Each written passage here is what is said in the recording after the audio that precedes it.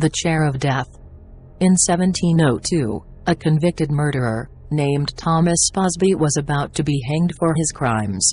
His last request was to have his final meal served at his favorite pub in Thirsk, England. He finished his meal, stood up, and said, "May sudden death come to anyone who dare sit in my chair." The chair remained in the pub for centuries, and patrons would often dare one another to sit in the cursed seat. 4 people reportedly died shortly after sitting in this 200-year-old chair of death, now in Philadelphia. In 1967, 2 Royal Air Force pilots sat in the chair, only to crash their truck into a tree just after they left. In 1970, a mason tested his fate in the hot seat, only to die that same afternoon by falling into a hole at his job site. A year after that, a roofer who sat in it died after the roof he was working on collapsed.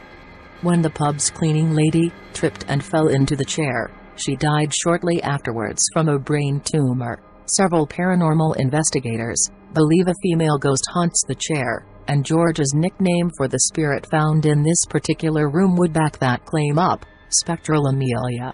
It is said that, whenever Amelia is present, a bloom descends upon the room, and that anyone who is brave enough to sit in the chair, when the spirit is in attendance, will die suddenly. To this day 4 people have pooh-poohed the claim and brazenly sat in the chair. Those very same people perished. The Haunted Mirror. Myrtle's plantation can be found on the outskirts of Baton Rouge, Louisiana. Down the years, this 200-year-old 10-acre plantation has served as a family home, but these days it's run as a bed and breakfast, and is a hot spot for paranormal tourists. Every night at 3 a.m. a total of 15 ghosts come out to play. 4 of these ghosts come from one tragic tale, that of the Woodruff family and a young slave named Chloe.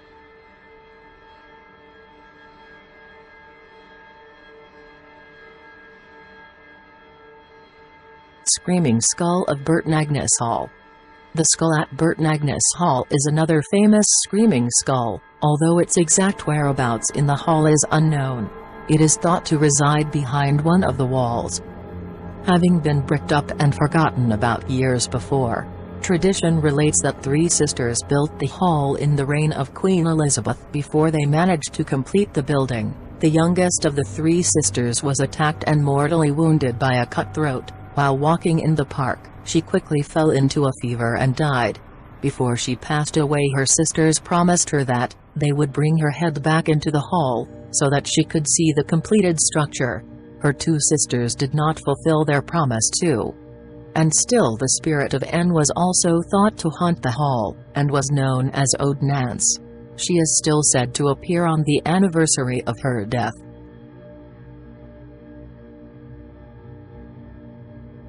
The Possessed Bunk Beds.